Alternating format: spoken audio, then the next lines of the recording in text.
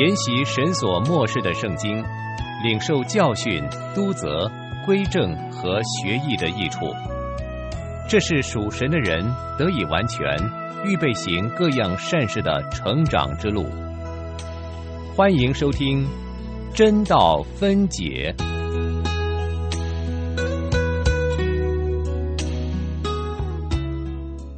各位弟兄姐妹您好，我是陈灵新，非常的高兴跟您在空中相会。这是真道分解课程，我要跟你们一同的研读新约圣经的雅各书。雅各书一共有5章，我要用21次，每一次30分钟，仔细的查考，希望你天天的收听，不要错过。我们也印了讲义，欢迎您来信索取，或者是透过图文传真、电子邮件都可以，我们会尽快的寄给你。现在就让我们一同的来研读新约圣经雅各书。今天的经文是雅各书第3章第1到第12节，题目是小心你的言语。先来讲一个关于言语的故事。有一个大富翁住在河边的一个大城里，有一天他带着许多的钱要到河边对面的城里买货。大富翁在码头上叫了一条船，动身过河。怎么知道船到了河的中央，忽然之间起了一阵大风，一个大浪打过来，就把船给打翻了。大富翁掉在水里面，又不会游泳，只会伸手乱抓，还好给他抓到了一块小木板，勉强的可以把头伸到水面上来，不至于立刻的淹死，却已经吓得他死去活来。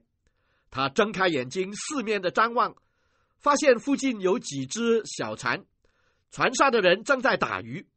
大富翁用了他吃奶之力，大声的呼叫说，我是城里的大富翁，谁救了我，就给谁1000块钱。有一个渔夫听见他呼救声，就摇过船来，把大富翁救上岸来了。大富翁吐了几口脏水，等他恢复了精神之后，就掏出了100块钱给那个渔夫。渔夫很不高兴，就说，刚才你不是说谁救了你就给1000块钱吗？怎么现在只给100呢？大富翁听了，就瞪起怪眼，骂那个渔夫说，你打鱼一天才赚几块钱，现在一口气捞了100块，还嫌不够吗？我还有许多事情等着我去处理，没空跟你讲这些废话。说完就走了。渔夫心里面很气，可是也拿他没有办法。过了不久，大富翁从城里买货回来，又搭了一条船过河。这条船又出了礁，船底破了，大富翁又掉在水里，就拼命挣扎喊救命。每一次他的头钻出水面上来，他就喊一声，我是城里的大富翁，又沉下去了，又钻出水面上来，再喊一声，谁救了我就给谁1000块钱。恰好上一次救他的渔夫也在附近打鱼，有人问那个渔夫说，你怎么不去救人呢？渔夫苦笑一下说，他就是上一次我救过的人，他答应给1000块钱，等我救了他上来，他又不认账，只给了100，还把我教训了一顿。如果我今天再去救他，不是又上了他的当吗？于是大家听了，都不要去救他。可怜的大富翁说话不守信用，白白掉了一条性命。现在就让我们一同的听一听今天的经文，雅各书第3章第1到第12节。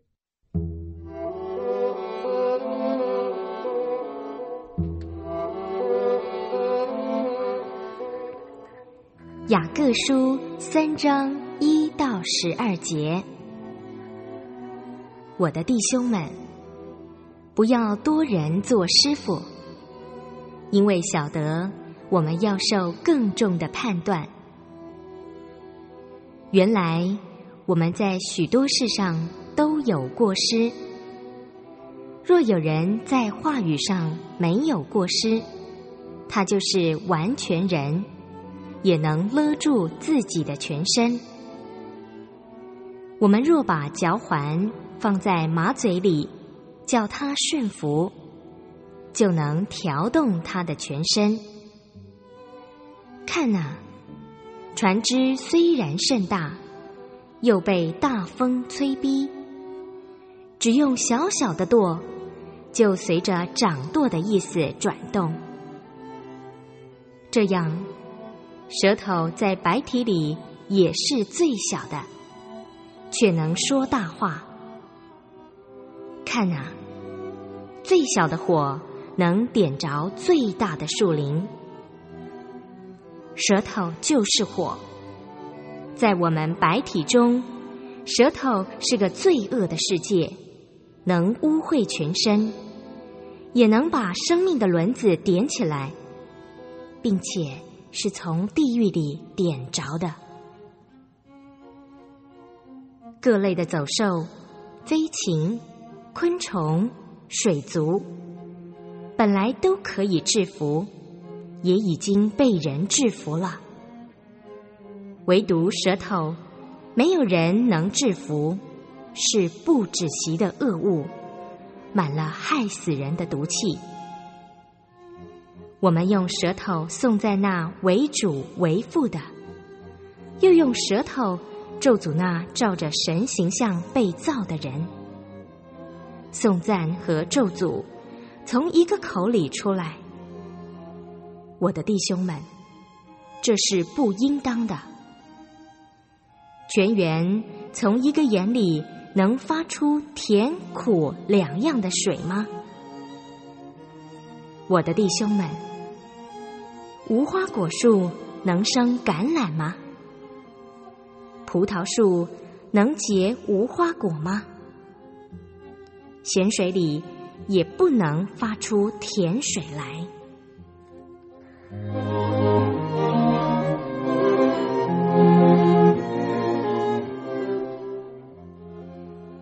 这一段的经文告诉我们，在教会里面做教导的要特别小心自己的言语，因为教导别人的人要受到更严厉的批判。我们知道圣人都可能犯错，可是最难对付的就是自己的舌头。一个人如果能够控制自己的舌头不犯错，就能控制自己其他一切的行为。这种人可以算是人上人了。我们可以用6样的东西来形容我们的舌头，这6样的东西也可以一双一双的合起来，合成3大类。第一类，形容舌头的影响力。舌头好像马嘴里的嚼环，能牵动全身。舌头也好像船上的舵，能决定人生的方向。第二类，形容舌头的毁灭性。舌头好像小小的火花，燃烧起来可以毁掉整座的树林。舌头也好像毒蛇猛兽，毒害吞灭我们的前途。第三类，形容舌头的诡诈。舌头好像一口怪异的水泉，同时涌出赞美的甜水和咒诅的苦水来。舌头也好像杂乱交配的树，同时结出感谢的美果和怨恨的苦果来。亲爱的弟兄啊，我们的言语不应该这样。首先我们来看一看言语的影响。古语有说，一言既出，驷马难追。意思就是说，我们讲的话一出口，就不能收回了。就是派4匹良驹好马，到东南西北各处追赶，也收不回来。所以我们要小心我们的言语。我们嘴巴讲的话，可以为自己带来很多的灾害。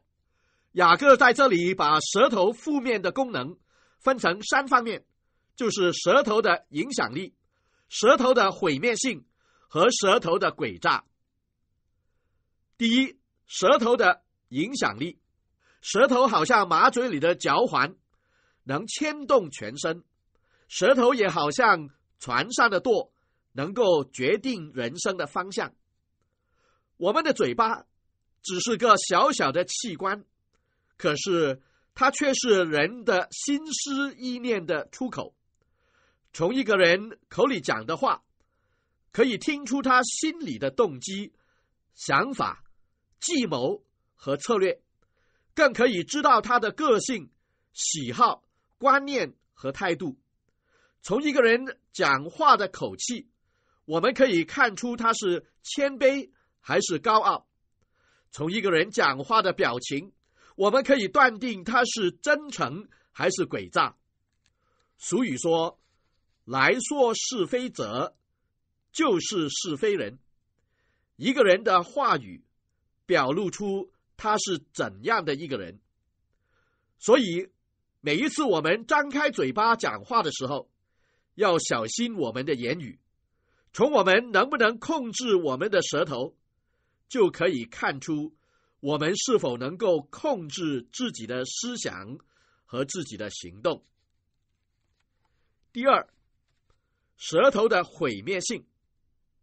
舌头好像小小的火花，燃烧起来可以毁掉整座的树林。舌头也好像毒蛇猛兽，吞灭我们的前途。人的话语可以带来极大的伤害，弓箭可以伤人于50步之内，但是言语可以杀人于千里之外。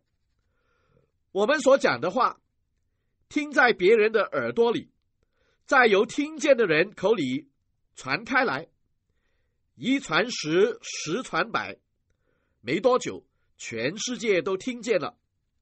可见言语的杀伤力有多么大。一句没有根据的是非话，可以惹来许多的争执；一句恶意重伤的毁谤话，可以叫人的名誉扫地。所以我们要小心我们的言语。一个人的言语不但可以毁灭别人，也同样可以毁灭自己。如果我们讲的是粗言秽语，大家都知道我们的人格有多烂。如果我们讲的是夸大虚谎的话，后来真相被人揭发出来，大家都知道我们是多么的虚假。如果我们讲的是伤害别人的话，受伤害的人也会用重伤的话来报复我们。小小的火花可以燎原，小小的毒蛇可以杀人。当我们的嘴巴不受管理、不受约束的时候，就会闯出祸来。所以我们要小心我们的言语。第三方面，舌头的诡诈。舌头好像一口怪异的水泉，同时涌出赞美的甜水和咒诅的苦水来。舌头也好像杂乱交配的树，同时结出感谢的美果和怨恨的苦果来。人人都有讲话的权利，可是我们要小心选择讲什么话。我们可以选择讲正面积极的话，也可以选择讲负面消极的话。我们可以选择讲欣赏人的话，也可以选择讲批评人的话。我们可以选择讲诚实的话，也可以选择讲欺骗的话。我们可以选择讲感谢的话，也可以选择讲埋怨的话。可是最可怕的就是一口两舌，见人讲人话，见鬼讲鬼话。这种人口是心非，你不知道他什么时候才讲真话。他们讲话的时候常常是笑里藏刀，被他们出卖了也不知道。他们也喜欢搬弄是非，说这家长那家短，叫人彼此猜忌，互相不信任。这种的人必定得到他们应得的报应，所以我们要小心我们的言语。各位弟兄姊妹，都准备好了吗？我已经好好读过何西阿书了。我也是，我读了2遍了。我已经立定心志，要好好收听从10月3号到10月30号的真道分解。太好了，既然大家都准备好了，那么我们现在就向文会报名，参加2004年真道分解第2回合的圣经比赛。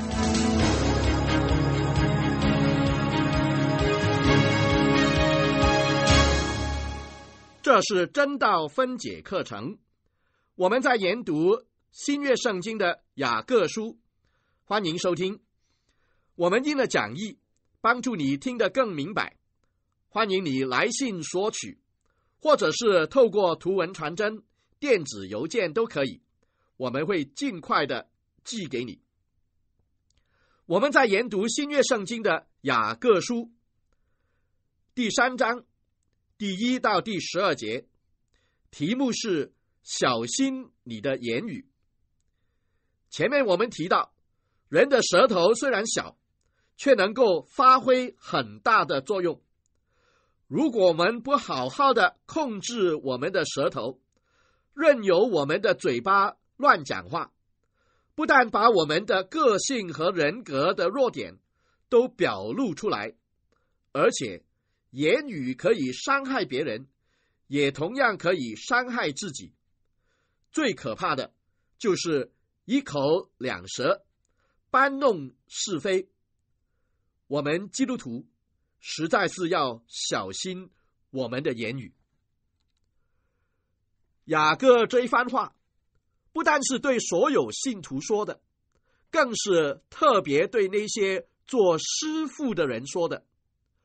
做师傅的就是在教会里面做教导的，传神信息的，讲解圣经的，劝勉人的，和一切用话语侍奉神服侍人的。雅各说不要多人做师傅，意思就是说不是人人都可以做教导的工作。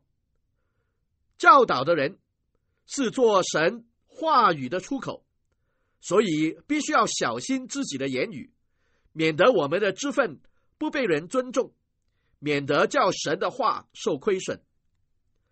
圣经清楚地告诉我们，教导的职分是教会里面最重要的职分。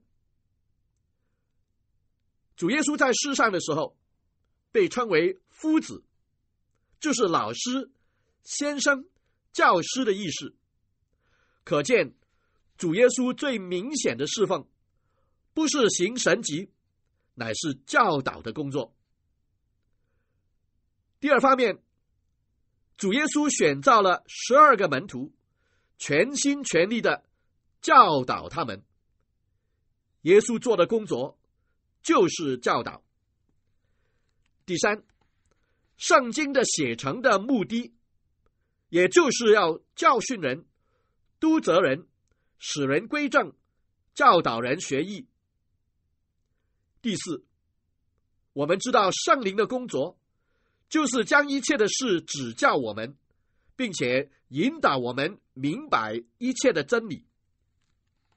第五，连教会的使命就是使万民做主的门徒，凡主所教训我们的，都教训他们遵守。可见教会的使命就是教导。第六，保罗吩咐提摩太说，你在许多见证人面前听见我所教训的，也要交托那忠心能教导别人的人。可见保罗建立教会的模式，就是用教导的方法，一代一代的传下去。从上面的6大点，我们就看见教导的工作是最基本的工作，是最有功效的工作，是最重要的工作。教导的职分是最荣耀的职分。正因为这个缘故，做话语侍奉的人要特别小心自己的言语，免得这个教导的职分受到亏损。我们来看一看侍奉者的言语。雅各说，若有人在话语上没有过失，他就是完全人，也能勒住自己的全身。